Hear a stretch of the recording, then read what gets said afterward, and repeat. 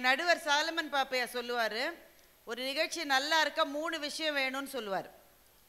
முதல் விஷயம் கடவுளுடைய அருள் இருக்கணும்னு சொல்லுவார். அது இருந்தால் தான் நல்லா பேச முடியும். ரெண்டாவது கேட்குறவங்க கேட்குற மனநிலையில் இருக்கணும்னு சொல்லுவார்.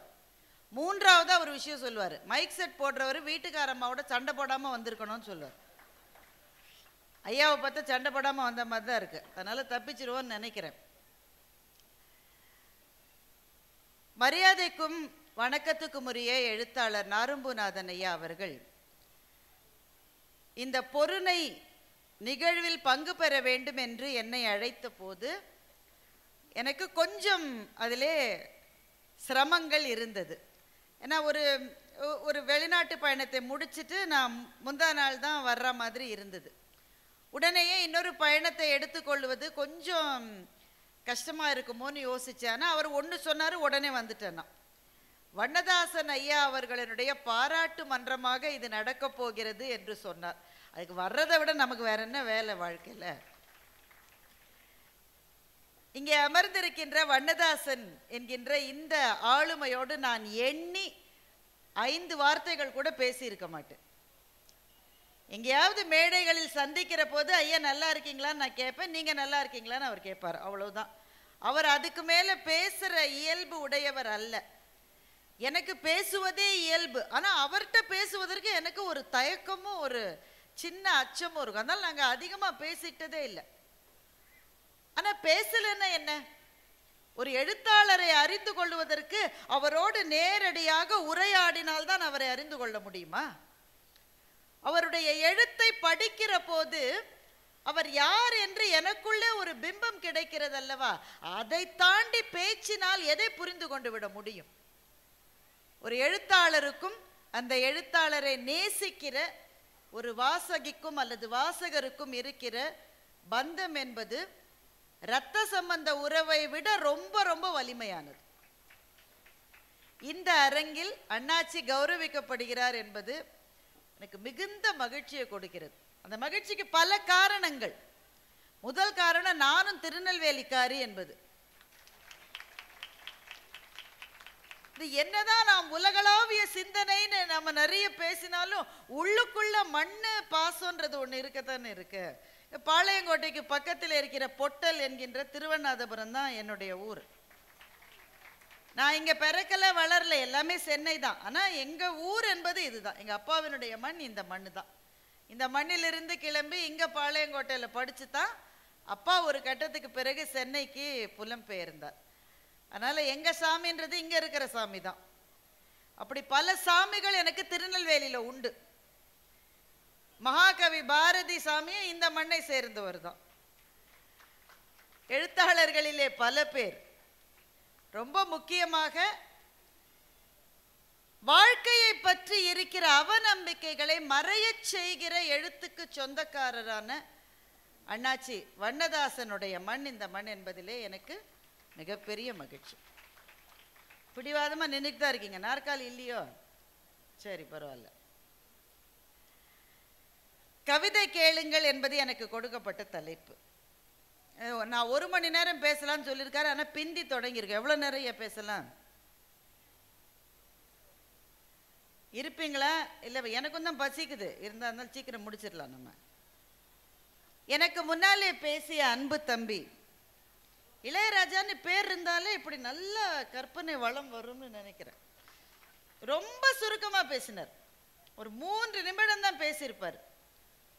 ஆனால் எவ்வளவு செம்மாந்த சிந்தனைகளை அந்த 3 நிமிட பேச்சுக்குள் தம்பி அமைத்தார் என்பது எனக்கு பிரமிப்பை ஏற்படுத்தியது. அவருக்கு என்னுடைய மனப்பூர்வமான வாழ்த்துக்கள். சார்ந்திருக்கிற துறைக்காக பேசித்தான் ஆக வேண்டும். ஆனால் சார்ந்திருக்கிற துறைக்காக பேச வேண்டும் என்ற நிர்பந்தங்களை தாண்டி அவருக்குள்ளே அவர் இருக்கிற துறை பற்றி அப்படிப்பட்ட ஆழமான ஒரு பேஷன்னு சொல்லுவாங்கல்ல, அப்படிப்பட்ட ஒரு மிகப்பெரிய விருப்பத்தோடு அவர் இந்த பணியை ஆற்றி கொண்டிருக்கிறார் என்பது அந்த 3 நிமிட பேச்சிலிருந்து எனக்கு தெரிந்தது. நம்மில் யார் சிந்தித்திருக்க கூடும்? ஏன்னா மன்னர்களினுடைய வரலாற்றை பாட ஐயா ஐயா பேசிக்கிட்டே இருக்கீங்க, அவரை கூப்பிடுறீங்களா? சரி. நம்மில் யார் சிந்தித்திருப்போம்? வரலாற்றை படிக்கிறோம், எவ்வளவோ கதைகளை படிக்கிறோம். பொன்னியின் செல்வன் மாதிரியான காவியங்களை படிக்கிறோம், திரையிலே கூட பார்க்கிறோம். மன்னர்களினுடைய வெற்றியை பற்றியெல்லாம் பேசுகிற போது அந்த மன்னர்கள் வெற்றி பெற்றார்கள் என்பதை பெருமையாக கொண்டாடுகிறோம். அல்லது சில மன்னர்கள் தோற்று போனார்கள் என்றால் அந்த தோல்விக்காக கண்ணீர் கூட வடித்திருக்கிறோம். ஆனால் நம்மில் யார் அந்த போரில் எத்தனை யானைகள் கொல்லப்பட்டிருக்கும் என்பதை குறித்து ஒரு சிந்தனை கூட நமக்கு வந்தது இல்லை. ஏனென்றால் அந்த போரை நடத்துகிற 2 பேர், 2 மன்னர்களோ 2 தளபதிகளோ 2 அந்த படை சேனாதிபதிகளோ யாரோ நடத்துறாங்க. அந்த போருக்கும் அந்த யானைகளுக்கும் ஒரு சம்பந்தமும் கிடையாது. ஆனால் பாதிக்கப்படுவது எப்போதுமே அப்படிப்பட்ட உயிரினம். காட்டினுடைய அரசன் யானை தான் என்று எழுத்தாளர் ஜெயமோகன் எழுதுகின்றார். சிங்கம் என்று யார் சொன்னது? அது வெள்ளைக்காரன் உங்களுக்குள் விதைத்த சிந்தனை. இந்த மண்ணின் இந்திய காடுகளினுடைய அரசன் யானை தான் என்று எழுத்தாளர் ஜெயமோகன் எழுதுகின்றார்.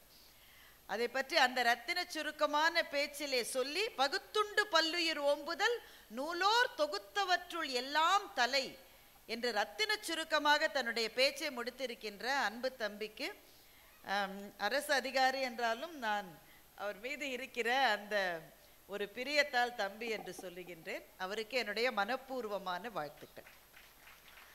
நீங்களாம் அப்படி ஒரு மாதிரி செட்டில் ஆயிட்டீங்கன்னா வேக வேகமாக நம்ம சப்ஜெக்டுக்கு போயிடலாம். முதல்ல அண்ணாச்சியை பற்றி பேசணும். எத்தனை பேர் வண்ணதாசனுடைய கவிதைகளை கதைகளை படிக்காமல் இருந்திருக்க முடியும் என்றே எனக்கு தெரியவில்லை. அப்படி ஒருவேளை அந்த வாய்ப்பு இதுவரை உங்களுக்கு கிடைக்கவில்லை, அப்படி கூட சில பேர் இருக்கலாம் தானே. அப்படி யாராவது இருந்தால் அவர்கள் என்னை பார்த்து கேட்கக்கூடும், எவ்வளோ வேலை இருக்குங்க, இப்போ போய் நான் இனிமே வண்ணதாசன் கவிதைகளை கதைகளை படிக்க ஆரம்பித்து என்னைக்கு படித்து என்னைக்கு முடிச்சு அப்படின்னு உங்களை யாருக்காவது கேள்வி இருக்கலாம். ஒரு வேளை ரொம்ப அப்படி இருக்க, திருநெல்வேலிக்காரங்களுக்கு அப்படி இருக்காது. ஆனால் இங்கே இவ்வளோ கேமரா இருக்குது, நிறைய பேர் பார்த்துக்கிட்டு இருக்காங்க. அவங்களுக்காக கேட்குறேன்னு வச்சுக்கோங்களேன். இந்த புத்தக கண்காட்சியில் பேசுறதுல ஒரு கஷ்டம் என்னன்னா, ஆடியன்ஸ் முகத்தை விட கேமரா தான் நமக்கு அதிகமாக தெரியும். எப்பவுமே ஒரு பேச்சாளரினுடைய மனம் என்பது 2 தளங்களில் இயங்கும். ஒரு தளம் நம்ம என்ன பேசிட்டு இருக்கோன்றதை பற்றி, அடுத்தது என்ன சொல்ல போறேன்னா ரொம்ப ப்ரிப்பேர்டு இதெல்லாம் இருக்காது, ஸ்கிரிப்ட் எல்லாம் இருக்காது. அடுத்து என்ன சொல்லணும்னு ஒரு தளத்தில் இயங்கும். இன்னொரு தளம் வந்து ஆடியன்ஸை கவனிச்சுக்கிட்டே இருக்கும். அங்கே பச்சை சட்டை போடுறவர் தூங்குறாரு, ஏன் அவர் ஆக்சுவலாக தூங்கலை, சும்மா ஒரு பேச்சுக்கு சொல்கிறேன், அவர் ஏன் தூங்குறாரு, அந்த ஆள் ஏன் கிளம்புற மாதிரியே நிற்கிறாரு, இந்த பாப்பா ஏன் என் பேச்சை கவனிக்காம, அப்படி ஆடியன்ஸை பார்த்துக்கிட்டே இருக்கும். அப்போ தான் நம்ம கண்ட்ரோல் கிடைக்கும். ஆனால் புத்தக கண்காட்சியில் பேசுகிற போது எங்கள் மனம் 3 தளங்களில் இயங்க வேண்டும். ஒன்று என்ன பேசுகிறோன்னு கவனிக்கணும், 2வது ஆடியன்ஸை பற்றி கவனம் இருக்கணும், 3வது இந்த கேமராக்கள் என்னை படம் பிடிக்கிற போது அது எப்படி இருக்கும் அதை வேற கவனிக்கணும். 3 தளத்தில் இயங்குவது ரொம்ப கஷ்டங்க. அதனால நான் எல்லாத்தையும் விட்டுட்டு உங்களோட பேசுறதுக்கு தான் இங்கே வந்திருக்கேன். ஆடியன்ஸை பார்த்து பேசத்தான் நான் வந்திருக்கேன். அப்ப யாருக்கா அந்த கேள்வி வரலாம். இப்ப நிறைய பேர் என்கிட்ட சொல்றாங்க, அந்த ஆண்கள் சில பேர் வந்து சொல்லுவாங்க, நீங்க பாட்டுக்கு அந்த புக்கை படி இந்த புக்கை படின்னு புத்தக கண்காட்சியில் நான் சில சமயம் சிபாரிசு செய்வது உண்டு. அப்படி செய்யணும்னு அவசியம் இல்லை. அவரவர்கள் மனம் எதை நாடுகிறதோ அதைத்தான் தேடி போக வேண்டும்.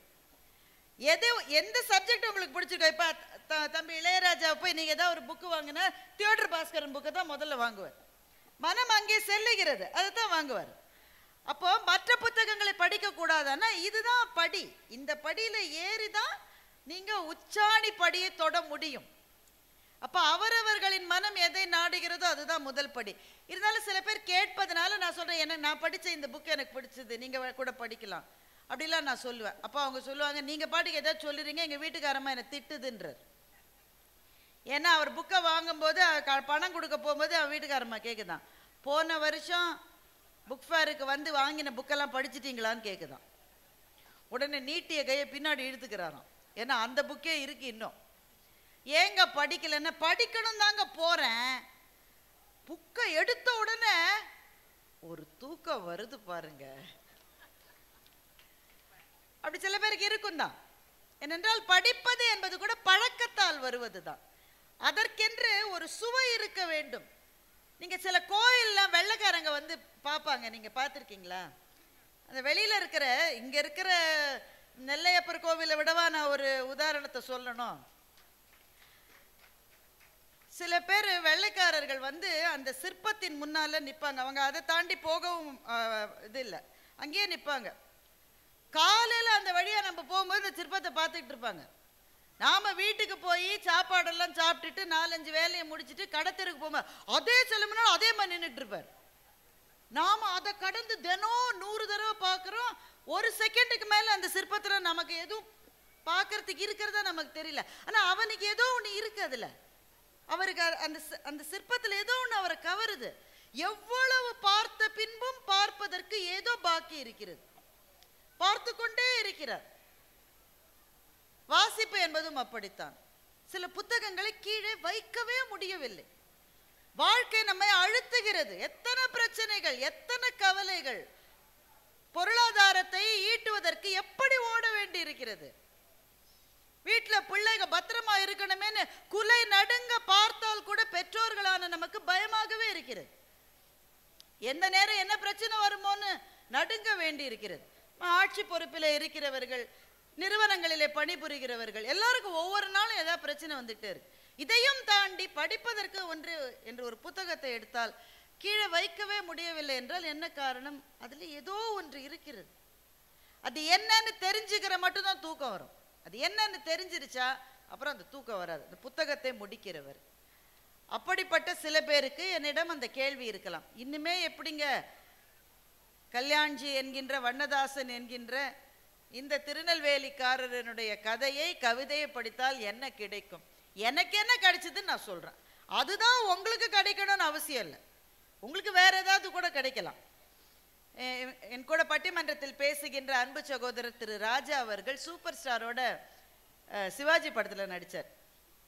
அதாச்சு 12-13 வருஷம் ஆச்சுன்னு நினைக்கிறேன் படம் வந்து. அப்போ ஒரு முறை ராஜா அவர்கள் சூப்பர் ஸ்டார்கிட்ட கேட்டாரா, சார் படம் ஷூட்டிங் முடிஞ்ச உடனே இமயமலைக்கு போயிடுறீங்களே சார், அங்கே உங்களுக்கு என்ன கிடைக்குதுன்னு கேட்டாராம். அதுக்கு சூப்பர் ஸ்டார் என்ன பதில் சொன்னார்னா, எனக்கு என்ன கிடைச்சதுன்றது வேற, நீங்க போனா உங்களுக்கு அதுதான் கிடைக்கும்னு சொல்ல முடியாது. எனக்கு கிடைச்சது உங்களுக்கு கிடைக்கணும் இல்லை, உங்களுக்கு கிடைச்சது எனக்கு கிடைச்சது இல்லை, அவங்களுடைய சொந்த அனுபவம்னு பதில் சொன்னார். அது ரொம்ப அழகான பதில். அது வாழ்க்கையில் எல்லா மகத்தான விஷயங்களுக்கும் இதுதான் பதில். இதிலிருந்து எனக்கு என்ன கிடைக்கும்னா அது பொதுவானது அல்ல, அவரவர்களுக்கு கிடைப்பது அவரவர்களுக்கு பிரத்யேகமானது. எனக்கு என்ன கிடைத்தது என்றால், ஒரு கிட்டத்தட்ட ஒரு 1.5 வருஷத்துக்கு முன்னாடி அல்லது கிட்டத்தட்ட 2 வருஷத்துக்கு முன்னாடி எனக்கு கொஞ்சம் உடல்நல குறைவு ஏற்பட்டது. தமிழ்நாடு முழுக்க, தமிழ்நாட்டுக்கு வெளியிலே கூட என்னுடைய அன்பு சொந்தங்கள், என்னுடைய நண்பர்கள், நீங்கள் எல்லாரும் செய்த பிரார்த்தனையை நான் மறக்கவே முடியாது. எங்கே நெல்லையப்பருக்கும் காந்திமதிக்கும் நான் போன உடனேயே அவர் என்னுடைய பேரையும் நட்சத்திரத்தையும் சொன்னார். அது எப்படி உங்களுக்கு தெரியும்னு கேட்டேன். இங்கே தான் நிறைய பேர் அர்ச்சனை பண்ணாங்களேன்னு அவர் சொன்னார். அந்த அன்புக்கு என் வாழ்நாள் இருக்கிற வரை நான் எப்போதும் கடமைப்பட்டவளாக இருப்பேன். அந்த கட்டத்துக்கு பிறகு நான் பணியாற்றி கொண்டிருந்த வங்கியிலிருந்து விருப்ப ஓய்வு எடுத்துக்கொண்டேன். அதுவரை ரொம்ப ஆண்டுகள் ஓடியாச்சு. ஓடு ஓடு ஓடு ஓடு ஓடுன்னு ஓடிட்டு இருந்த வாழ்க்கையில் ஒரு சின்ன பிரேக். அப்போ அந்த பணியிலிருந்து வெளியே வந்து விட்ட பிறகு இந்த இது வந்து விருப்ப ஓய்வோ அது ஓய்வோ அதுலேருந்து வந்தவங்களுக்கு தான் நான் இப்போ சொல்கிறது நல்லா புரியும். இந்த ஓய்வு நாள் அன்னைக்கு நமக்கு மாலையெல்லாம் போட்டு நமக்கு பெரிய பெரிய ஃபோட்டோலாம் எடுத்து விருதெல்லாம் கொடுத்து வீடு மட்டும் கொண்டு விடுவாங்க. நீங்கள் உடனே என்னை எல்லாரும் மிஸ் பண்ணுறாங்க அப்படின்னு நினைக்கக்கூடாது. சில பேர் நான் இல்லாமல் என் அலுவலகமே நடக்காதுன்னு அடுத்த நாள் போகாதீங்க. எதுக்கு வீடு மட்டும் கொண்டு விடுறாங்கன்னா, நீங்கள் திரும்பி வரக்கூடாதுன்றதுக்காக தான் வீடு மட்டும் கொண்டு விடுறாங்க. நாம் இல்லாமலும் எல்லா இடமும் நல்லா நடக்கும்னு நாம் தெரிந்து கொள்ளுகிற முதல் கட்டமே ஓய்வு பெற்று நாம் வருகிற போது தான். நாம் தான் நினச்சிட்டு இருக்கோம், நான் தான் இந்த உலகம், ஒன்றும் கிடையாது, நல்லா நடக்கும் சாமி, நீ இல்லாட்டாலும் நல்லா நடக்கும். ஆனால் அந்த பிரிவை வந்து கொஞ்சம் கஷ்டமாக இருக்கும். அதுலேயே இருந்து இருந்து இருந்து வாழ்ந்த பிறகு அதிலிருந்து விலகுகிற போது அது விவரிக்க முடியாத ஒரு சின்ன வருத்தம் வரும். அது அப்படி அதில் ரொம்ப நாள் இல்லை, எனக்கு மிக குறைந்த நாட்கள் தான். அது இருந்த காலகட்டத்தில் அதிலிருந்து மீண்டு வர எனக்கு உதவியது அண்ணாச்சியினுடைய ஒரு கவிதை தான். அண்ணாச்சி எனக்காக அந்த கவிதை எழுதலை. ஆனால் அந்த கவிதையை படித்தப்போ நான் நினச்சேன் எனக்காகத்தான் அண்ணாச்சி இந்த கவிதையை எழுதியிருக்காருன்னு நான் நினச்சிக்கிட்டேன். அந்த கவிதையை சொல்கிறேன் உங்களுக்கு. அந்த பூ அப்போதுதான் மரத்திலிருந்து விழுந்திருந்தது.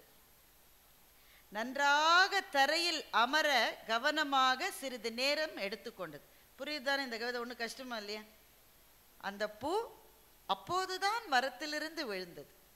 நன்றாக தரையில் அமர கவனமாக கொஞ்ச நேரம் எடுத்துக்கொண்டது.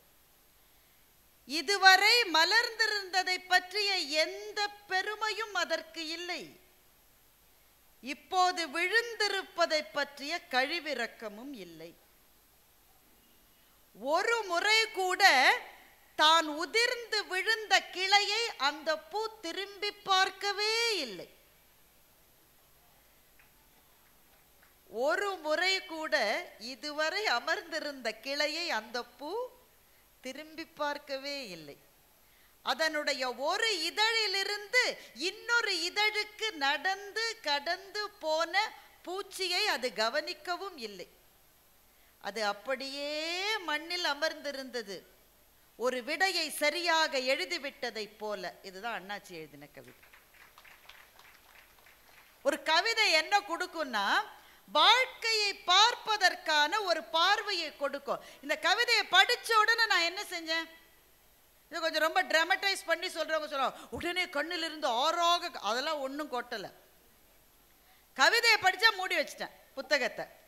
ஒரு கவிதை நல்ல கவிதை என்பதற்கு எது உரைக்கல் தெரியுமா? அந்த கவிதையை படிக்கிற நேரம் அல்ல.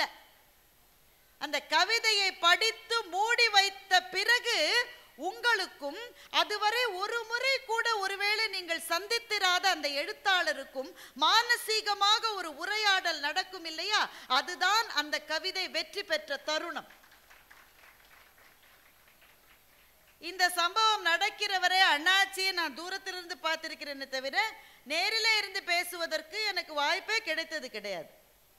அவர் அப்படி ரொம்ப போய் எல்லாரோடையும் பேசுகிற டைப்பும் கிடையாது. ஆனா இந்த கவிதையை படித்த உடனே எனக்கு தோன்றியது, அவர் என்கிட்ட தான் பேசியிருக்காருன்னு எனக்கு தோணுச்சு. அந்த பூ மரத்திலிருந்து விழுந்துச்சுல்ல, விழுந்ததுல அந்த பூ விழுந்த பிறகு இதுவரை மரத்தில் இருந்ததை பற்றிய எந்த பெருமையும் அதற்கு இல்லை. அதைவிட முக்கியம், இப்போது விழுந்திருப்பதை பற்றிய கழிவிரக்கமும் அதற்கு இல்லை.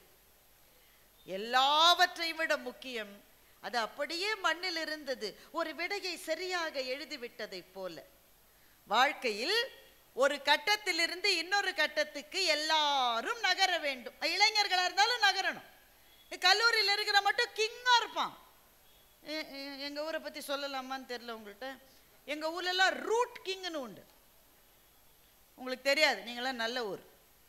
ரூட் கிங்னா என்னன்னா, அந்த கல்லூரி இருக்கிற பகுதியில் போற பஸ்ல ஒரு ரூட் கிங் இருப்பான். அந்த பஸ்ஸுக்கு அவன் தான் தலை. வேற கல்லூரி மாணவர்கள் அந்த பஸ்ல ஏறிட்டா, எங்கள் வீட்டில் எல்லா நாளும் கார்த்திகாலாம் நடக்காது, உடனே அடிதான். அந்த 3 வருஷம் அவன் தான் ரூட் கிங். ஆனா நான் யோசிச்சு பார்ப்பேன், தம்பி 3 வருஷம் கழிச்சு அந்த பஸ்ல நீ போற போது என்னடா நினைப்ப? அப்ப நீ ஸ்டூடெண்ட்லாம் கிடையாது, நீ ரூட் கிங்கும் கிடையாது. ரூட் அதே தான், கல்லூரி அதே தான், நீ ரூட் கிங். அப்ப இன்னொருத்தர் ரூட் கிங்கா இருப்பான். அந்த பஸ்ல போற போது அந்த பையன் என்ன நினைச்சுப்பான்னு நான் நினைப்பேன். இப்படி இளைஞர்களா இருந்தா கூட வாழ்க்கையில ஒரு கட்டத்திலிருந்து இன்னொரு கட்டத்துக்கு போகணும். பெண்களுக்கு இது இன்னும் மிக அதிகமாக நடக்கும்.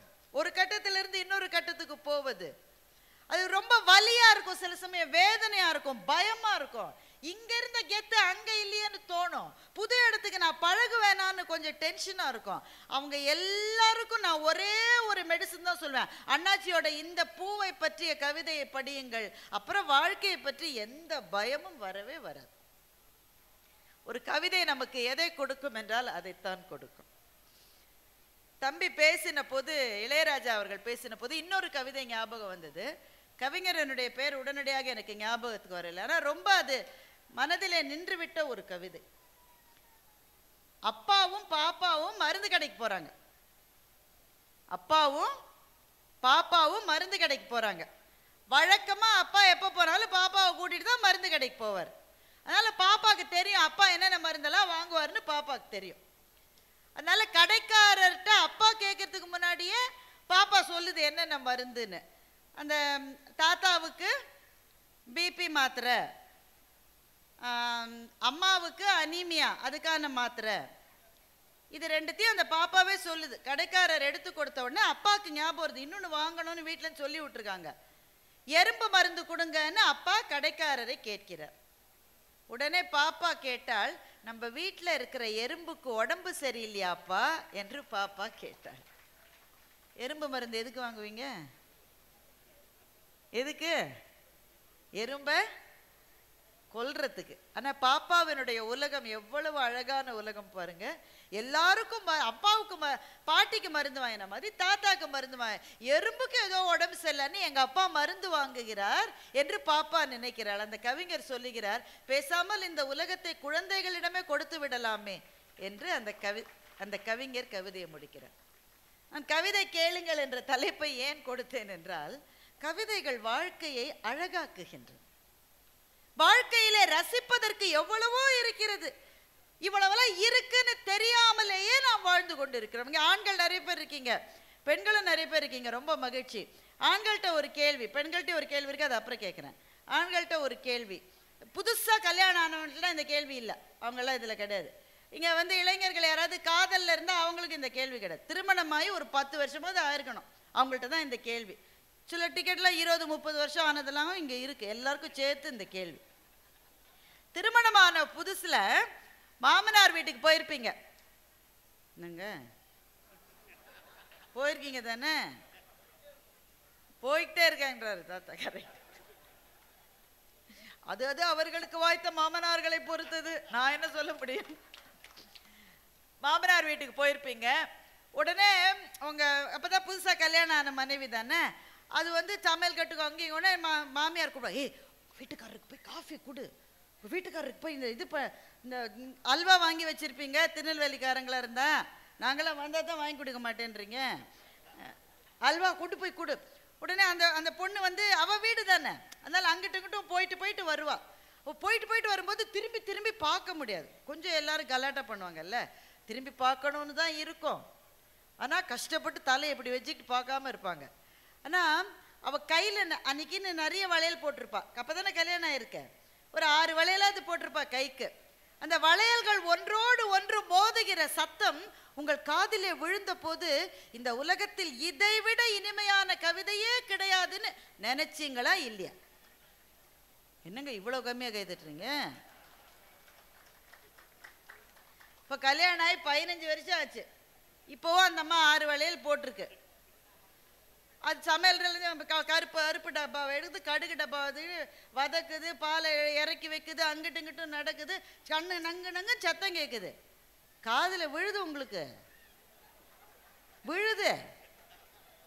உடனே ஒருத்தர் சொல்றாரு, அந்த அம்மா கத்துற கத்தல இந்த சத்தம் எப்படி என் காதில் விழுன்ற.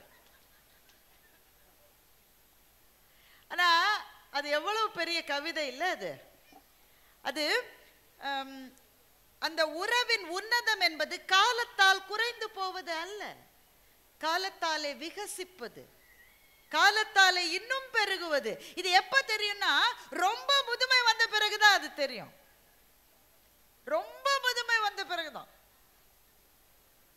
அனிச்சமும் அன்னத்தின் தூவியும் மாதர் அடிக்கு நெருஞ்சி பழம்னு வள்ளுவர் எழுதினாரு. இதை விட ஒரு பெரிய கவிதை இந்த உலகத்துல இதுவரை நான் பார்த்தது. ஒரு பெரிய காதல் கவிதை. என்ன பொருள்? அனிச்சம். அனிச்ச மலர் இருக்குல்ல, அனிச்ச மலரை பத்தி என்ன சொல்லுவாங்க? முகந்து பார்த்தாலே வாடிடும், அவ்வளவு மென்மை, so subtle, tender. அனிச்சமும் அன்னத்தின் தூவி, அன்னப்பறவையினுடைய சிறகு, அன்னப்பறவை ரொம்ப மென்மையானது, அதனுடைய சிறகு ரொம்ப ரொம்ப மென்மை. அனிச்சமும் அன்னத்தின் தூவியும் மாதர் அடிக்கு நெருஞ்சி பழம்னு வள்ளுவர் தாத்தா எழுதியிருக்கார். ஒரு காதலி இருந்தாலாம், அவளுடைய பாதம் வந்து அவ்வளவு சாஃப்டா இருக்குமா. இந்த அனிச்சமும் அன்னத்தின் தூவியும் கூட அவளுடைய காலுக்கு முள்ளு குத்தினா மாதிரி இருக்குமா அப்படின்னு ஒரு கவிதை. கவிதை புரியுதா இல்லையாங்க? அனிச்சமும் அன்னத்தின் தூவியும் மாதர் அடிக்கு நெருஞ்சி பழம், நெருஞ்சின்றது முள்ளு, அந்த நெருஞ்சி மரத்துல முள் செடியில அந்த பழம் அதுவும் முள்ளு முள்ளா இருக்கும். அவ காலுக்கு அதுவே கடினமா இருந்ததுன்னா அவ எவ்வளவு மென்மையானவள். இந்த கவிதையை படிக்கிற போது உங்க வயசை பொறுத்து ஒண்ணு ஏத்துப்பீங்க இல்ல ஏத்துக்க மாட்டீங்க. உங்க எல்லாம் இந்த கல்லூரி வயதுல இளைஞரா இருக்கீங்க, யாராவது ஒரு பொண்ணு காதலிக்கிறா இல்ல காதலிக்கிற மாதிரி சில விஷயங்கள் இருக்குன்னா இந்த கவிதை ஆமா இல்ல ரொம்ப அவளுடைய பாதங்கள். கல்யாணம் ஒரு 10-15 வருஷம், ஆமா இதனுடைய காலுக்கு இது வேறையாக்கும் அப்படின்னு தோணும். எனக்கு இந்த குரல் சரியா புரிஞ்சதில்ல. இதெல்லாம் ஓவர் பில்டப்பா இருக்குங்க இந்த கவிஞர்கள்லாம், ஆனாலும் ரொம்ப எழுதுறாங்க அப்படித்தான் நான் நினைச்சிட்டு இருந்தேன். ஆனா இந்த கவிதையினுடைய பொருள் என்னன்னு திடீர்னு எனக்கு ஒரு முறை புரிந்தது. எங்க அம்மா இறந்து போவதற்கு கிட்டத்தட்ட ஒரு 3 மாசம் முன்னாடி அவங்க முடியாம இருந்தாங்க, ரொம்பவே முடியாம இருந்தாங்க. அவங்களுக்கு ரொம்ப எந்திரிச்சு நடமாட்டம்லாம் கம்மியாயிருச்சு. எல்லாமே எனக்கு அலர்ஜியா இருக்கும்பாங்க. ஒரு சாதாரண போர்வையை போத்தினா கூட ஐயோ ரொம்ப அலர்ஜியா இருக்கு, இதை எடுத்துருமா. ஆனா வேற ஒரு போர்வையை போத்தினா அதுவும் எவ்வளவு சாஃப்டா நீங்க எதை போத்தினாலும் ஹார்டா இருக்குமாங்க. ஐயோ ரொம்ப கடினமா இருக்குன்னு சொல்லுவாங்க. அப்போ ஒரு நாள் அம்மா பக்கத்துல நான் தான் இருந்தேன். அப்போ அம்மா சொன்னாங்க வழக்கம் போல, ஐயோ காலெல்லாம் ரொம்ப கடுமையா இருக்கு, இந்த பில்லோவை வேணா மாத்துன்னு அம்மா சொன்னாங்க. எனக்கு கொஞ்சம் அம்மா சாஃப்டா தான் அம்மா இருக்கு, இதை விட எப்படிம்மா சாஃப்டா. எங்க அப்பா உட்காந்தார், நீ போ நான் பார்த்துக்கிறேன்ட்டார். நான் அவங்க 2 பேரையும் அந்த ரூம்ல விட்டுட்டு நான் வெளியில வந்துட்டேன். ஆனா முழுக்க வெளியில வரல, அங்கதான் நின்றுட்டு இருந்தேன். எங்க அப்பா அம்மாவுடைய பக்கத்துல உட்காந்து அம்மாவனுடைய அந்த 2 பாதங்களையும் தன்னுடைய கையில எடுத்துக்கிட்டு அவர் ஒரு டவல் மாதிரி ஒன்று போட்டிருந்தார். அதை கொஞ்சம் சுருட்டி அதை அந்த பாதத்துக்கு கீழே எங்க அப்பா வச்சாரு. நான் அதுக்கப்புறம் அங்க நிக்கல, அது அவர்களுக்கான பிரத்யேகமான நேரம் அப்படின்னு சொல்லிட்டு நான் வந்துட்டேன். நான் அதுக்கப்புறம் 3 மாசத்துக்குள்ள எங்க அம்மா இறந்துட்டாங்க. எனக்கு அந்த திருக்குறளுக்கு அப்பதான் எனக்கு அர்த்தம் புரிஞ்சுது. இது இளம் காதலர்களுக்கு சொல்லப்பட்டதல்ல, ரொம்ப முதுமையிலே அந்த 2 உயிர்களும் ஒன்றை ஒன்று பற்றி கொண்டு வாழ்கிறதல்லவா, ஒன்றிலிருந்து ஒன்று விடை பெற்று போய்விடுமோ என்ற தவிப்பின் விளிம்பிலே வாழுகின்ற முதுமை காதலர்களுக்காக எழுதப்பட்டது அந்த குறள் என்பது அப்போதுதான் எனக்கு புரிந்தது. இப்ப அந்த குறளை யோசிச்சு பாருங்க. அனிச்சமும் அன்னத்தின் தூவியும் மாதர் அடிக்கு நெருஞ்சி பழம். எங்க அம்மாவுக்கு எவ்வளவு சாஃப்டா கொடுத்தாலும் அது கஷ்டம் தோணுச்சு. ஆனா அப்பாவினுடைய கையை பிடிச்சு அவர் அந்த டவலை வச்ச போது எங்க அம்மா அப்புறம் கம்ப்ளைண்ட் பண்ணவே இல்லை.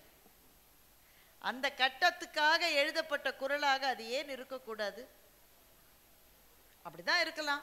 ஒருவேளை வள்ளுவர் நம்ம நினைச்சதை விட வயசான தம்பதிகளை பார்த்து கூட அந்த கவிதையை எழுதியிருக்கலாம் தானே அப்படின்னு நான் நினைச்சுக்கிட்டேன். அப்போ 2000 வருஷத்துக்கு முன்னாடி எங்க அப்பா அம்மாவுடைய வீட்டுல நடந்தது வள்ளுவருக்கு எப்படி தெரியும் என்றால், கவிதைக்கு இறந்த காலம் என்பதே கிடையாது. அது நித்தியமான நிரந்தரத்துவமான நிகழ்காலத்தில் மாத்திரமே ஜீவித்திருப்பதுதான் கவிதை. அப்ப ஏன் கவிதையை படிக்க வேண்டும் என்றால், நம்முடைய அன்றாட வாழ்க்கை நம்மை சுற்றி ரொம்ப கடுமையா இருக்கு, இன்னும் கடுமையாகி கொண்டே போகிறது. மேலும் மேலும் கடுமையாகி போகிற வாழ்க்கையில் நம்முடைய மனசிலே இருக்கிற ரம்யமான விஷயங்களை மீட்டெடுக்க வேண்டும் என்றால் நமக்கு கவிதைகளை தாண்டி வேற எதுவுமே கிடையாது. இப்ப அண்ணாச்சியினுடைய சில கதைகளை நீங்க எடுத்துக்கிட்டா அது கதை தான், ஆனா அது கதை இல்லை, அது கவிதை தான். அண்ணாச்சியினுடைய ஒரு கதையை வேகமா சொல்லிடுறேன். அது திருநெல்வேலிக்காரங்களுக்குன்னே அவர் பிரத்யேகமா எழுதுவார். இந்த கதையினுடைய கதாநாயகி பேர் பகவதி.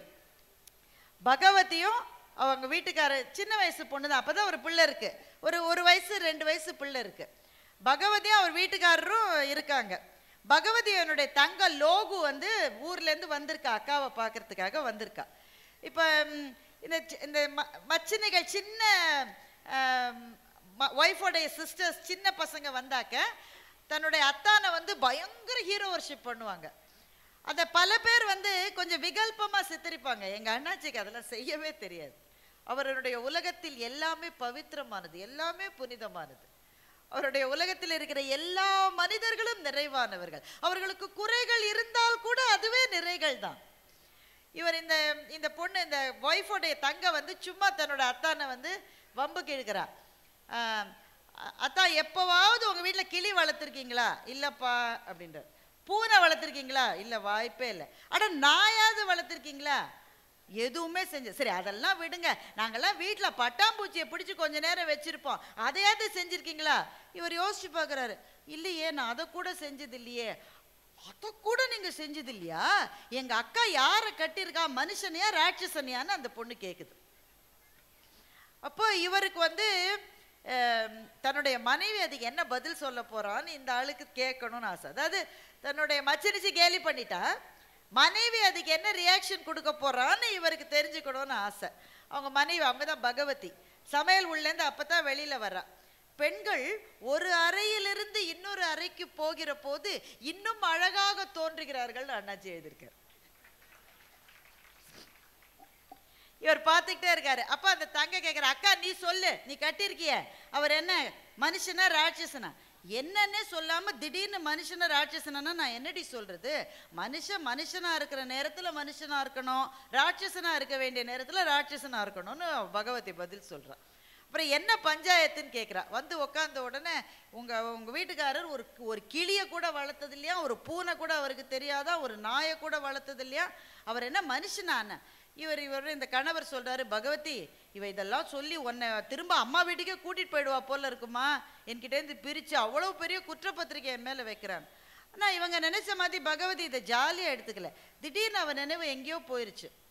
அவ சொன்னா, எங்க அப்பா ஒரு வாத்தியாரு, எங்க வீட்டுல நாங்க 7 பொம்பளை பிள்ளை 4 ஆம்பளை பிள்ளை, இவ்வளவு பிள்ளையும் பெத்ததுக்கு பிறகு எங்களை வளர்த்ததுக்கு பிறகு திடீர்னு அம்மா இறந்துட்டாங்க. எங்க அப்பா ஒத்தையாளா எங்களை வளர்த்தாரு. அவர் வளர்த்தாரு என்ன, நாங்க ஒருத்தர் வளர்த்துக்கிட்டோம். இதுல இந்த மாதிரி வளர்ந்த போது நாயையும் பூனையும் கிளியையும் வளர்க்கறதுக்கு எங்களுக்கு எங்க நேரம் கிடைச்சிருக்கு? ஒருத்தர் நாங்க வளர்த்துக்கிட்டோம் அப்படின்னு சொல்லும் போதே இறந்து போன அம்மாவினுடைய நினைவினால் பகவதியினுடைய கண்ணில் இருந்து கண்ணீர் வந்தது. அக்கா அழுவுறதை பார்த்து தங்க லோகுவுக்கு உடனே அழுக வருது. இப்போ பகவதி சொல்ற, எங்க அம்மா இறந்த போது எங்க வீட்டில் மொதல் பிள்ளைக்கு 27 வயசு, கடைசி பிள்ளை லோகுக்கு 1.5 வயசு. இந்த ரேஞ்சில் எங்க வீட்டில் இவ்வளவு பிள்ளைகள் நாங்கள் வளர்ந்தோம். ஆனா என்ன ஒன்றும் எங்க அப்பா எங்களை குறையா வளர்க்கல, நல்லா தான் வளர்த்துருக்கோம். இப்போ கூட எங்களை பார்த்தா நாங்கள் எங்கள் ஊருக்கு போனால் ஆச்சி சொல்லும், உங்கள் அம்மா உங்களெல்லாம் பார்த்தா உங்கள் அம்மா ஞாபகமாகவே இருக்குடின்னு சொல்லும். நாங்களும் எல்லாரும் ஒரே போல தான் வளர்ந்தோம். எங்கள் அம்மா சொல்லுவாங்க, ஒரு பொம்பளை பிள்ளையோடைய அழகு எதில் இருக்குது தெரியுமா? தலைக்கு குளிச்சு முழுகின ஒரு பிள்ளைக்கு கையில் ஒரு சினுக்கோரியை கொடுத்து வகுடு எடுக்க சொன்னால் கொஞ்சம் கூட கை பெசகாமல் வகுடு எடுக்கணும், எந்த வேலை செஞ்சாலும் முழுமையாக செய்யணும்னு எங்கள் அம்மா சொல்லித்தான் எங்களை வளர்த்தாங்க. இதெல்லாம் அந்த திருநெல்வேலி லாங்குவேஜ் இது எல்லாமே.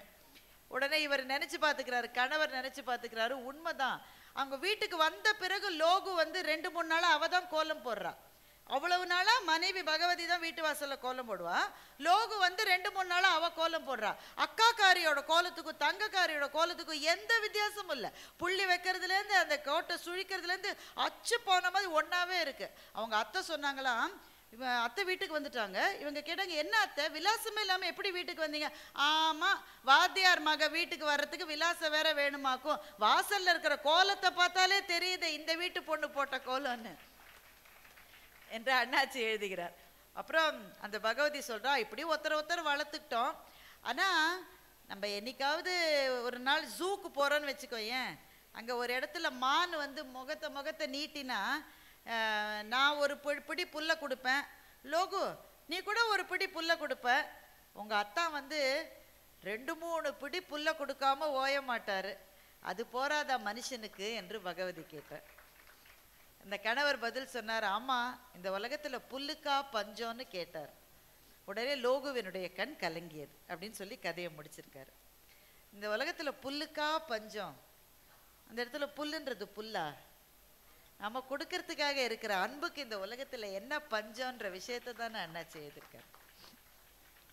இந்த கதையை படிச்சு முடிச்சப்போ எவ்வளவுதான் உங்களை சுற்றி இருக்கிற வாழ்க்கை கடுமையான வாழ்க்கையாக இருந்தால் கூட ஒரு துளி அன்பை நம்மிடமிருந்து இன்னொரு ஜீவனுக்கு கொடுத்து விட முடிகிற வாழ்க்கையை நாம் வாழ்ந்தால் அதுவே போதும்னு நமக்கு தோணுதில்லை?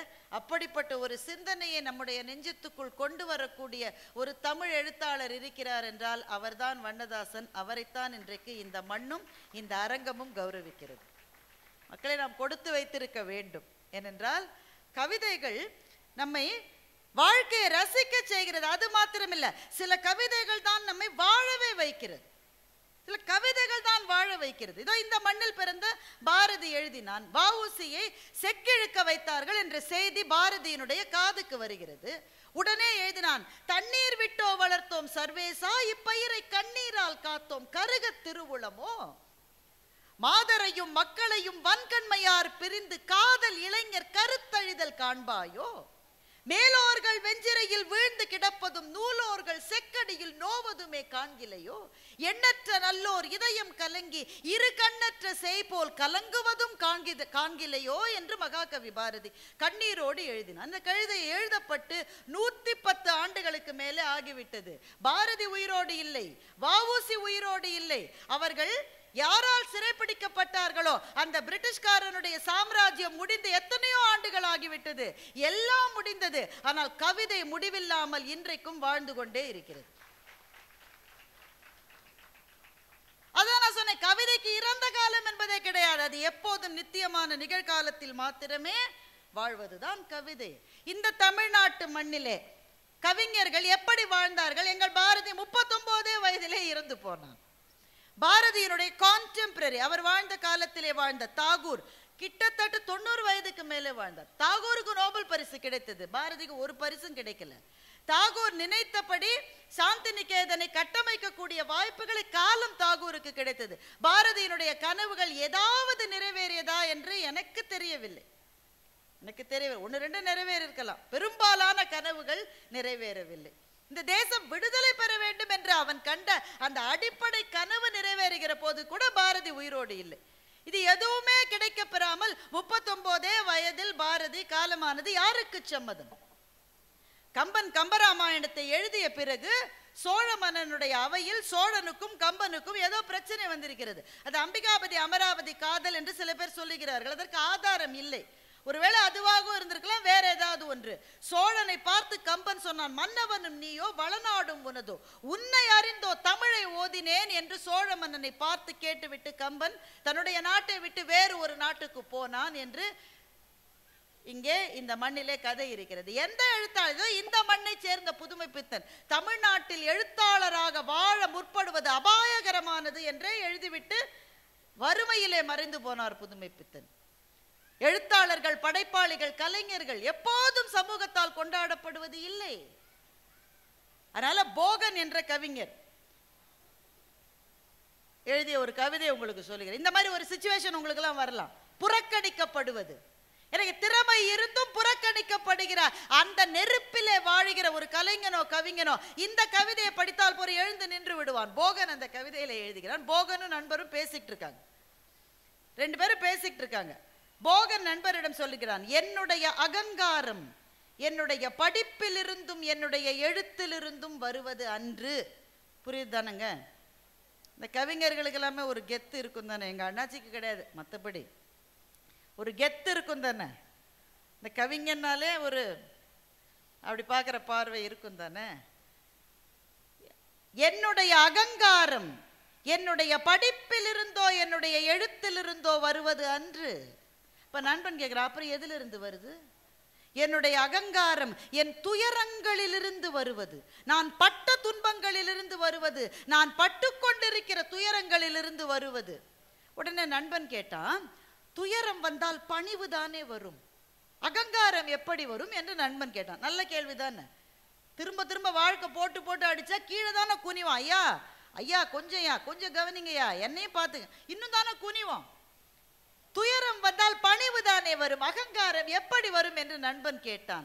அதுக்கு போகன் பதில் சொன்னார், துயர் உற குறுகுகிறவன் மனிதன், துயர் உற நிமிருகிறவன் கவிஞன் என்று போகன் பதில் சொன்னார். காலனை தன் காலருகே அழைத்து காலா என் கால் அருகே வாடா, சற்றே உரை மிதிக்கிறேன் என்று சொன்ன பாரதியை பற்றி நீ கேள்விப்பட்டிருக்கிறாய் தானே? அவன் அப்படி சொன்ன போது அவன் கையிலே கால் அணா கூட இல்லை. என்னுடைய கடைசி மூச்சு என்பதே என் துன்பங்களின் மீது நான் காரி உமிழ்கிற மூச்சாகத்தான் இருக்கும் என்று போகன் கவிதையை முடிக்கிற போது என்னுடைய உடல் சிலிர்த்து போனது. ஏனென்றால் அது தனிப்பட்ட ஒரு கவிஞருடைய கவிதை அல்ல. துயரத்திலே வாடிக்கொண்டிருக்கிற எத்தனையோ படைப்பாளிகளுக்கு, கவிஞர்களுக்கு, கலைஞர்களுக்கு போகன் தந்திருக்கிற உயிர் சக்தி அது. இந்த ஒரு லைனை மாத்திரம் வச்சுக்கோங்க. துயர் உற குறுகுகிறவன் மனிதன், துயர் உற நிமிருகிறவன் கவிஞன் என்றால் கவிஞன் ஒரு சமூகத்துக்கு எவ்வளவு தேவையானவன் என்பதை இந்த கவிதையை காட்டிலும் எப்படி சொல்லிவிட முடியும்? கிட்டத்தட்ட என்னுடைய நேரத்தினுடைய நிறைவு பகுதிக்கு வந்துவிட்டோம். எனக்கு அண்ணாச்சியை பற்றி ஒரு பெரிய ஆச்சரியம் என்னவென்றால், நம்மை சுற்றி இருக்கிற வாழ்க்கையை நாம் பெரும்பாலும் கவனிப்பதே இல்லை. இப்போ வீட்டு வாசல்லையே ஒரு மரம் இருக்குல்ல, அந்த மரத்தை என்னைக்காவது ஒரு 30 செகண்டுக்கு மேலே நாம் பார்த்துருக்கோமா? பிள்ளைங்களையே பார்க்கறதுல மரத்தை எங்கே பார்க்கறதுன்றார் ஒருத்தர். திடீர்னு சொல்கிறார், ஹோ என்னை விட ஒசரமாயிட்டானேன்னு. மகனை பற்றி சொல்கிறாரு, ஐயோ என்னை விட ஒசரமாயிட்டானே.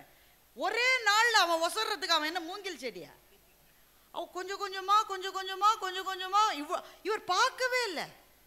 திடீர்னு ஒரு நாள் பிறகு ஒரு பெரிய ரிஷிங்க, அவர் ஒரு விளக்க உரை பிரம்மசூத்திரத்துக்கு எழுதுறார். அதில் ரொம்ப முழுகிட்டார். அதாவது நிமிந்து பார்க்காமலே வேலை செய்வாங்கல்ல சில பேர், அந்த மாதிரி. இப்போ கூட ஒரு பெரும் நிறுவனத்தினுடைய தலைவர் சொல்லியிருக்காரு, நீங்கள் ஒரு வாரத்துக்கு 90 மணி நேரம் வேலை செய்யணும், ஞாயிற்றுக்கிழமை கூட நீங்கள் வேலை செய்யணும், நீங்கள் வீட்டிலே இருந்து மனைவியின் முகத்தை எவ்வளவு நேரம் பார்த்து அப்படின்னு அவர் கேட்டிருக்காரு. அவன் மனைவியின் முகத்தை எவ்வளோ நேரம் பார்க்குறதுன்னு அவன் முடிவு பண்ணட்டும் சார், உங்களுக்கு என்ன சார்? அப்படிதானங்க. இவர் பிரம்மசூத்திரத்துக்கு பாஷ்யம்னு சொல்லுவாங்க, விளக்க உரை. அந்த ஒர்க்கிலேயே முழுகிட்டார். அவர் மனைவியை அவர் நிமிந்தே பார்க்கல. அந்த மனைவி இந்த சாப்பாடு கொடுக்கும்போது கையை பார்க்குறாரு. சாயங்காலம் ஆனால் அந்த அம்மா விளக்கு ஏற்றும் போது அந்த கையை பார்க்குறார், முகத்தையே பார்க்கல. பல ஆண்டுகள் ஓடிவிட்டது. ஒரு நாள் திடீர்னு விளக்கில் திரி இழுத்துருச்சு, வெளிச்சம் கம்மியாயிருச்சு. அப்போ அந்த அம்மா எண்ணெயை ஊற்றும் போது எதேச்சியாக பார்த்துட்டு கேட்டார், அம்மா நீங்கள் யார் என்று கேட்டார். எவ்வளவு கடுப்பாக இருக்குன்னு மாத்திரம் யோசிப்பாரு. ஆனால் அந்த பொண்ணு நல்ல பொண்ணு, அது சொல்லிச்சு, நான் தான் உங்கள் மனைவி, நீங்கள் பல வருஷமாக எழுதிக்கிட்டே இருக்கீங்க, நான் தான் சாப்பாடு போட்டு விளக்கேற்றுறேன் தினம்னுச்சு. அவர் சொன்னாராம், ஐயோ நான் இவ்வளோ நாள் உன் முகத்தையே பார்க்கலையே, சரி ஒன்று செய்கிறேன், இந்த புத்தகத்துக்கு உன் பெயரை வைக்கிறேன்னு பாமதி பாஷ்யம்னு அந்த அம்மா பேர் பாமத்தின்னு பேர் வச்சாராம். நான் மட்டும் பாமதியாக இருந்தேன்னா பேரு கீறு வைக்காத, தொலைஞ்சு போன என் வாழ்க்கையை திரும்பி கூட நான் கேட்டிருப்பேன். அந்த அம்மா பாவம் அதெல்லாம் கேட்கலன்னு நினைக்கிறேன். நம்ம சுற்றி இருக்கிற மனைவியும் பிள்ளைகளையுமே நம்ம பார்ப்பதில்லை. மரத்தையும் செடியையும் பறவையும் கொடியையும் மேகத்தையும் பார்த்துருப்போமா என்ன? அண்ணாச்சியோட இந்த ஒரு கதை அதை மட்டும் சொல்லிட்டு நான் முடிச்சுக்கிறேன். ஒரு 2 நண்பர்கள், 2 பேரும் ஒரே ஆஃபீஸில் வேலை செய்கிறாங்க.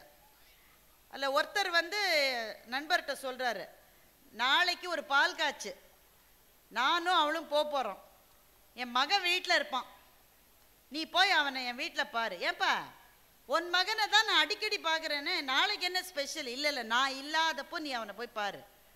என்னப்பா என்ன விஷயம்? என்னப்பா சொல்கிறது, இந்த கால பசங்களை பற்றி உனக்கு தெரியாதா? 3 அரியர் வச்சுருக்கான்ப்பா. அண்ணாச்சி இந்த கதையை எழுதி 20 வருஷம் ஆச்சு. இப்போ இருக்கிற பையனாக இருந்தால் 17 அரியர் வச்சுருப்பான். 3 அரியர் வச்சுருக்கான். எனக்கு அவன்கிட்ட நேரடியாக சொல்ல ஒரு மாதிரி கஷ்டமாக இருக்குது. தோளுக்கு மேலே வளர்ந்த பையன் என்ன ஐடியாவில் இருக்கானே புரியல. பணம் கட்டி கஷ்டப்பட்டு தானே படிக்க வைக்கிறான், 3 அரியர் வச்சுருக்கான். நேராக கேட்க கஷ்டமாக இருக்கு. நீ கொஞ்சம் போய் அவன்கிட்ட நான் இல்லாதப்போ பேசிப்பாரு.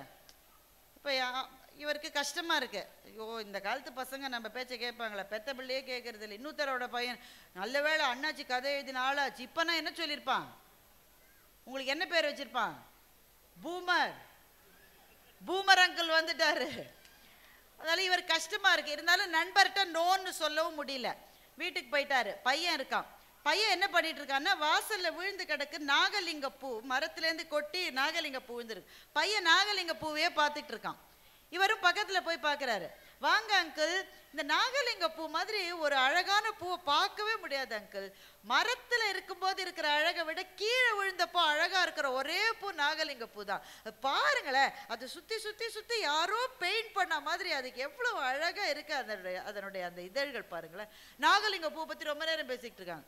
இவர் சொல்றாரு, நாகலிங்க பூவோட பவள மல்லிப்பூ விழுந்து கிடத்தா அதை விட பார்க்க ரொம்ப அழகா இருக்கும். அவர் சொல்ற, ஆமா நீங்க சொல்றது கரெக்ட் தான் அங்கிள், பன்னீர் பூ புஷ்பம் விழுந்தா கூட அதை விட அழகா இருக்கும். இவர் சொல்றாரு, எல்லாத்தையும் விட பெஸ்ட் வேப்பம்பூ தான். வேப்பம்பூ சில சமயம் அப்படியே கொட்டி கிடக்கும். சம்மர்ல வெயில் காலத்துல கொட்டி கிடக்கும். அந்த தெருவே மஞ்சளான மாதிரி இருக்கும். 1 மணி நேரம் 2 பேரும் பூவை பத்தி பேசுறாங்க. அப்புறம் தான் அந்த பையன் சொல்றான், உள்ள வாங்க அங்கிள், வெளியிலே நிக்கிறீங்களே. உள்ள போறாங்க. உள்ள போனா அருணா சாய்ராமோட பாடல் ஒலித்து கொண்டிருக்கிறது. அப்பதான் அருணா சாய்ராம் பாட வந்திருக்காங்க. நான் சொன்னேன் இந்த கதை 20 வருஷத்துக்கு மேல. அப்பதான் அருணா சாய்ராம் பாட வந்திருக்காங்க. இந்த பாடகி பாடுகிற போது அந்த கம்பீரமும் அந்த முகத்துல இருக்கிற பாவங்களும் பார்த்தா பரவசமா இருக்குல்ல. அருணா சாய்ராமை பத்தி 2 பேரும் பேசிட்டான். இப்படியே ரொம்ப நேரம் ஆயிடுச்சு. அதுக்கப்புறமா இவருக்கு கடைசியில், ஐயோ எதுக்கோ வந்துட்டு நான் எதையோ பண்ணிட்டு இருக்கேனே. அப்புறம் என்ன விஷயம்? அந்த பையன் சொல்றான், அங்கிள் எனக்காக நீங்க எங்க அப்பாட்ட பேசணும். இவருக்கு திக்குங்குது. இப்படி தாண்டா அவங்க அப்பா என்ன சொல்லி அனுப்பிச்சான், அவனுக்காக ஒன்ட்ட பேசி உனக்காக அவன்கிட்ட பேசி, என்னடா 2 பேரும் மனசுக்குள்ள. அப்படியா, உங்க அப்பாட்ட நீயே பேசலாமே. அவர்கிட்ட சொல்ல எனக்கு கொஞ்சம் சங்கடமா இருக்கு அங்கிள், நீங்க சொல்லுங்க. என்னப்பா சொல்லணும்? எங்க அப்பாட்ட சொல்லுங்க, 3 அரியர் வச்சிருக்கேன், ஆனா நான் இந்த தடவை முடிச்சிருவேன்னு எங்க அப்பாட்ட சொல்லுங்க. என்னோட பொறுப்பை நான் தெரிஞ்சுக்கிட்டேன். உடனே இவர் கேட்கிறாரு, இவ்வளவு பொறுப்பு தெரிஞ்ச பையன் முதல்லயே அரியர் இல்லாம இருந்திருக்கலாம் தானடா அப்படின்னு கேட்கிறாரு. சொன்னா, கரெக்டு தான், ஆனா இந்த நாகலிங்க பூ, பன்னீர் புஷ்பம், வேப்பம்பூ இந்த மாதிரியான விஷயங்களை பார்க்கறதுலயே மனசு போயிருச்சு. பார்த்தா அதோட பார்த்து நிறுத்த முடியுமா? கல்லூரியில் சில அழகான பெண்கள் வேற இருக்காங்க, அவங்களையும் நான் பார்க்க வேண்டியிருக்கு. அதுக்கப்புறம் தேவையில்லாத சில நண்பர்களோட பிரிவுகள்லாம் வந்துச்சு, அதிலெல்லாம் மனசை விட்டுட்டேன். ஆனால் இப்போ எனக்கு தெரிஞ்சு போயிடுச்சு, எங்கள் அப்பா கவலைப்படுறாருன்றதும் எனக்கு புரியுது. நீங்கள் கொஞ்சம் சொல்லுங்க அங்கிள், நான் பொறுப்பில்லாதவன் இல்லை அங்கிள், கொஞ்சம் திசை திரும்பிட்டேன், நான் இனிமேல் சரியாயிருவேன் அப்படின்ற நம்பிக்கையை எங்கள் அப்பாவுக்கு கொடுங்க அப்படின்னு பையன் சொல்கிறான். அண்ணாச்சிக்கு கண்ணில் கண்ணீர் வந்துருச்சு. அந்த கீழே இருக்கிற நாகலிங்க பூவை பார்க்குறாரு. இதை விட அழகானது இந்த உலகத்தில் ஏதாவது இருக்க முடியுமா? இருக்க முடியும். அந்த பையனோட கண்ணில் ஓரமாக ஒரு கண்ணீர் துளி வந்ததுல, அதுதான் எல்லாத்தையும் விட அழகானதுன்னு அவர் நினச்சிக்கிறார். நம்ம பிள்ளைகளை பற்றி நமக்கு சின்ன பயங்கள் இருந்தால் இந்த கதையை படிங்க, பயம்லாம் போயிடும். அண்ணாச்சியினோட வேலை அதுதான். வாழ்க்கையை பற்றி நமக்கு இருக்கிற சந்தேகங்களை, பயங்களை, இந்த வாழ்க்கை ரொம்ப கொடூரமானதோன்னு நமக்கு தோன்றுகிற சில விஷயங்களை நம் மனத்திலிருந்து எடுத்து வெளியே போட யாருடைய எழுத்துக்காவது சக்தி இருக்கிறது என்றால் அது வண்ணதாசன் என்கின்ற கவிஞனுடைய எழுத்துக்கு இருக்கிற சக்தி. ஆனா அவர் சொல்றபடி வாழ்க்கை உண்மையிலேயே அழகானதா? அந்த கேள்வி இருக்குல்ல. உண்மையிலேயே அவர் வடித்து காட்டுகிற மனிதர்கள் மாதிரி எல்லாருமே ரொம்ப நிறைந்தவர்களா? இல்ல, அது கிடையாது. நமக்கு தெரியும். we know life is not fair. இந்த வாழ்க்கை நியதிகளாலும் நீதிகளாலும் கட்டமைக்கப்பட்ட வாழ்க்கை அல்ல. இதிலே பொறாமை இருக்கிறது, இதிலே காழ்ப்பு இருக்கிறது, இதிலே பின்னிலிருந்து முதுகிலே குத்துகிற நம்பிக்கை துரோகங்கள் இருக்கின்றன, நம்மை சுற்றி கயமை இருக்கிறது, எல்லாம் இருக்கு. ஆனா இதுக்கு நடுவுல தானே சாமி நம்ம வாழ வேண்டியிருக்கு. அப்படி வாழ்கிற போது எதையாவது பிடிச்சுக்கிட்டா தானே எந்திரிச்சு நிற்க முடியும். எதை பிடிச்சிக்கலாம்னா அவருடைய கவிதையையும் கதைகளையும் பிடித்து கொள்ளலாம். வாழ்க்கையின் மீது நமக்கு நம்பிக்கை வரும். நிறைவாக ஒன்றை சொல்லுகிறேன், எப்படி கவிதை நமக்கு வழிகாட்டும் என்பதற்கு. டைம்ஸ் ஆஃப் இந்தியா நாளிதழில் அடுத்த வாரம் நான் எழுத போகிற திருக்குறள் இதுதான். ரொம்ப சிம்பிளா ஒன்று சொல்லியிருக்காரு, how to fight your battles என்று வள்ளுவர் சொல்லுகிறார். வினை வலியும் தன் வலியும் மாற்றான் வலியும் துணை வலியும் தூக்கி செயல், இவ்வளவுதான் திருக்குறள். இது ஒரு கவிதையான கவிதை தான். அதான் இது ஒரு ஆணை மாதிரி, இது ஒரு கட்டளை மாதிரி நமக்கு சொல்றாரு. சில பேர் ஓன்னு சண்டைக்கு போயிடுவான், அப்புறம் தான் தெரியும் எதிரில் இருக்கிறவன் பெரிய வஸ்தாது, இவன் முதல்ல போயிடுவான். அப்புறம் சண்டை என்ன ஆகும்? ஒரு நிமிஷத்துல முடிஞ்சு போயிடும், நம்மால் கீழே கிடப்பான். வள்ளுவர் சொல்றாரு, முட்டா பயலே, சண்டைக்கு போறதுக்கு முன்னாடி சில விஷயம் என்ன யோசிக்கணும் சாமி? முதல்ல நீ போடுற சண்டை எவ்வளோ பெரிய சண்டைன்னு பாரு. ரெண்டாவது, உனக்கு எவ்வளோ தம் இருக்கு, எதிரில் இருக்கிற ஆளுக்கு எவ்வளோ தம் இருக்குன்னு பாரு. அதுக்கப்புறம் கூட நீ சண்டைக்கு போயிடக்கூடாது. உனக்கு நண்பர்கள் இருக்காங்கல்ல, வடிவேலுக்கு பின்னாடி சில பேர் இருப்பாங்களே, பார்த்துருக்கீங்களா? கட்டத்துறைக்கு பின்னாடி 2-3 பேர் இருப்பாங்கல்ல, இந்த கோட்டை தாண்டி நீயும் வரக்கூடாது நானும் வரக்கூடாது அப்படின்ட்டு திரும்பி பார்த்தா ஒரு பயலும் இருக்க மாட்டோம், எல்லாரும் ஓடி இருப்பானுங்க. உனக்கு வாச்ச நண்பர்கள்லாம் அப்படி இருந்தா படையாத்தான் வந்தாங்க, சண்டைக்கு வரியானு அத்தனையும் ஓடி போயிட்டான். திரும்பி பார்த்தா ஒரு ஆள் இல்லை. வள்ளுவர் சொல்றாரு, வினை வலியும் தன் வலியும் மாற்றான் வலியும் துணை வலி. யாருடைய துணை? உன்னுடைய துணைவர்கள், அவனுடைய துணைவர்கள். எல்லாத்தையும் அசஸ் பண்ணி நீ ஜெயிப்பானா பேட்டில் ஃபீல்டுக்கு போ, இல்லாட்டா போகாதன்னு. நம்ம சில பேர் அவமானப்படுத்துறாங்கல்ல, கஷ்டமா இருக்குல்ல, வீட்டுக்கு போய் எழுதிருப்பீங்க அப்பப்ப, அப்படிதானே? என்ன அப்படிலாம் பேசிட்டு அங்கேயே நான் சுட சுட கேட்டிருக்க வேண்டியது தானே? என்ன கேட்கறதுன்னே தோணலாங்க. வீட்டுக்கு போய் ராத்திரி சோத்தை தின்னுட்டு படுக்கும் போது ஐயோ இப்படி பதில் சொல்லியிருக்கலாம்ல, இனிமே தோணி என்ன செய்ய? அங்கெல்லாம் நீ யோசிச்சிருக்கணும். அலுவலகத்தில் அவமானம், வியாபாரத்தில் அவமானம், பொது இடங்களில் அவமானம், நெஞ்சம் கொதித்து போகிறது. So life is a battle. வாழ்க்கை என்பது போர். இந்த போரை எப்படி செய்ய வேண்டும் என்று வள்ளுவர் சொன்னார். இந்த வள்ளுவர் சொல்லி எனக்கு புரிவதை விட ஒரு சின்ன பெண்ணு ரொம்ப அழகா அதை சொல்லி கொடுத்துட்டா. வைஷாலி, கேள்விப்பட்டிருக்கீங்களா? செஸ் கிராண்ட் மாஸ்டர், பிரக்ஞானந்தாவினுடைய அக்கா அந்த பொண்ணு. அவளும் கிராண்ட் மாஸ்டர் தான், சின்ன பொண்ணு. இப்போ அந்த டாடா ஸ்டீலினுடைய செஸ் காம்படிஷன் ஒன்றுத்தில் வைஷாலி விளையாட போறா. வைஷாலியோடு விளையாடுகிறவர் ஒரு உஸ்பெகிஸ்தான் வீரர். உஸ்பெகிஸ்தான் ஒரு நாடு இருக்கு, அந்த நாட்டினுடைய கிராண்ட் மாஸ்டர் அந்த ஒரு பையன். நல்ல வெளவெளர்னு 7 அடி இருக்கான். நம்ம பாப்பா எப்படி இருக்கும்? நம்ம ஒரு பாப்பா மாதிரி இருக்கு, சின்ன பாப்பா. அது செஸ் விளையாட்டு டோர்னமெண்ட்ல ஒரு எழுதப்படாத விதி இல்லை, எழுதப்பட்ட விதியே, யாரோட நீ விளையாடினாலும் முதல்ல போன உடனே கை குலுக்கணும். உன்னோட ஆப்போனன்ட் யாரா இருந்தாலும் நீ கை கொடுக்கணும். விளையாடி முடிச்சு யார் ஜெயிச்சாலும் சரி, நீ ஜெயிச்சாலும் சரி, அவன் ஜெயிச்சாலும் சரி, கை குலுக்கணும். இது மரியாதை, இது நாகரீகம், இது அடிப்படை. வைஷாலி போன உடனே பட்டுன்னு கையை நீட்டிட்டா. அந்த பையன் அவன் மூஞ்சிய கூட பார்க்கல, அந்த ஆப்போனன்ட், அந்த உஸ்பெகிஸ்தான் வீரன். இவன் முகத்தை கூட அவன் பார்க்கல, அப்படியே மூஞ்சிய. அவன் லேட்டா வேற வந்திருக்கான், மேட்ச் ஆரம்பிக்கிறதுக்கு 3 நிமிஷம் அவன் லேட்டா வந்திருக்கான். வந்து இவன் கை கொடுத்தப்ப மூஞ்சியை திருப்பிக்கிட்டு அவன் காய் நகர்த்த ஆரம்பிச்சான். இதெல்லாம் பாருங்க, தற்செயலா நடப்பது அல்ல. நாம நினைப்போம் தெரியாம செஞ்சிருப்பான, ஒண்ணும் கிடையாது, எல்லாம் பிளான். இப்படி பண்ணும் போதே எதிராளியினுடைய மனம் வந்து கொஞ்சம் சோர்ந்துரும். அந்த சோர்வை நீ பயன்படுத்திக்கணும்ன்றதுக்காக இதெல்லாம் டெக்னிக் பாருங்க. இந்தியாவும் ஆஸ்திரேலியாவும் மேட்ச் விளையாட போனா ஆஸ்திரேலியன் பிளேயர்ஸ் இந்தியன் பிளேயர்ஸ் கண்ணா பின்னான்னு பேசுவான். எதுக்கு பேசுனா? அவனுக்கு வேர்ட்ஸ்ல கண்ட்ரோல் இல்லை, அதெல்லாம் கிடையாது. அந்த வார்த்தையை கேட்டு மனம் சுருங்குகிற போது கையும் சுருங்கிடும், காலும் சுருங்கிடும். இதெல்லாம் சைக்கலாஜிக்கல் கேம். உங்களுடைய விரோதிகள் சில சமயம் உங்களை கவனிக்காத மாதிரியே இருப்பாங்களே, நீங்க எதிரில் வருவீங்க, பார்க்காத மாதிரியே போவீங்களே, உடனே நீங்க வீட்டில் போய் சொல்லுங்க அவன் நிஜமாவே கவனிச்சிருக்க மாட்டான். ஒரு புண்ணாக்கும் கிடையாது, கட்டாயம் அவங்கள கவனிச்சிருக்கான். ஆனா கவனிக்காத மாதிரி போறது தான் கெத்துன்றதுனால தான் கவனிக்காத மாதிரி போயிருக்கான், அப்படித்தானே? ஸோ இதெல்லாம் டெக்னிக்ஸ். வைஷாலி என்ன பண்ணியிருக்கலாம்?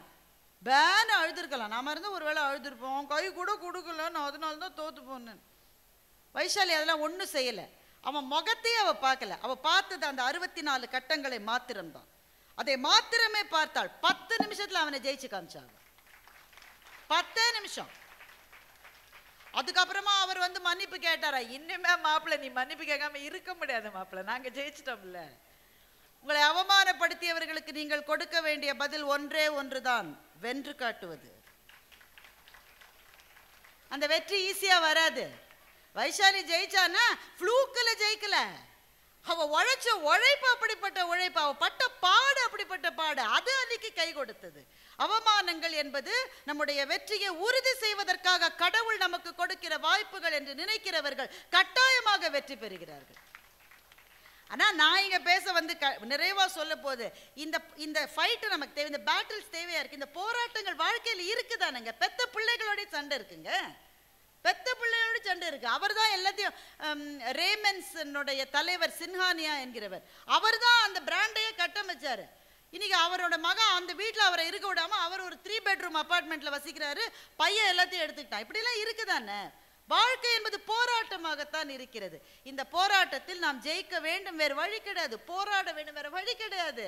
வாழ்கிற கடைசி நாள் வரை போராடி, சுற்றும் வரை பூமி, சுடும் வரை நெருப்பு, போராடும் வரை மனிதன். நீ மனிதன், போராடிட்டு தான் இருக்கணும். ஆனால் இந்த போராட்டத்திலே இருந்து இருந்து இதயம் சுருங்கி விடாமல் இருப்பதற்கு நமக்கு ஏதாவது ஒரு பிடிமானம் தேவை என்றால் அது கவிதை. அது வாழ்க்கையை பற்றியும் மனிதர்களை பற்றியும் நம்பிக்கைகளை விதைக்கிற கதைகளும் கவிதைகளும் தான் நாம் வாழ்வதற்கு தேவை. அதை கொடுக்கிற அண்ணாச்சிக்கு பாராட்டு எடுத்து நடத்தி கொண்டிருக்கின்ற இந்த அரங்கமும், என்னை அழைத்த மிகச்சிறந்த எழுத்தாளர் நாரம்புநாதன் ஐயா அவர்களுக்கும், மேடையில் இருக்கிற பெரியவர்களுக்கும், குறிப்பாக என்னுடைய மனச்சோர்வுகளை தன்னுடைய எழுத்தால் ஒவ்வொரு நாளும் போக்கடித்து கொண்டிருக்கின்ற வண்ணதாசன் அவர்களுக்கும் நன்றி சொல்லி இந்த நல்ல வாய்ப்புக்கு நன்றி பாராட்டி முடிக்கிறேன். வணக்கம். இந்த தகவல் உங்களுக்கு பிடிச்சிருந்தா லைக் பண்ணுங்க, உங்க ஃப்ரெண்ட்ஸுக்கு ஷேர் பண்ணுங்க, மறக்காம எங்க சேனலுக்கு சப்ஸ்கிரைப் பண்ணுங்க.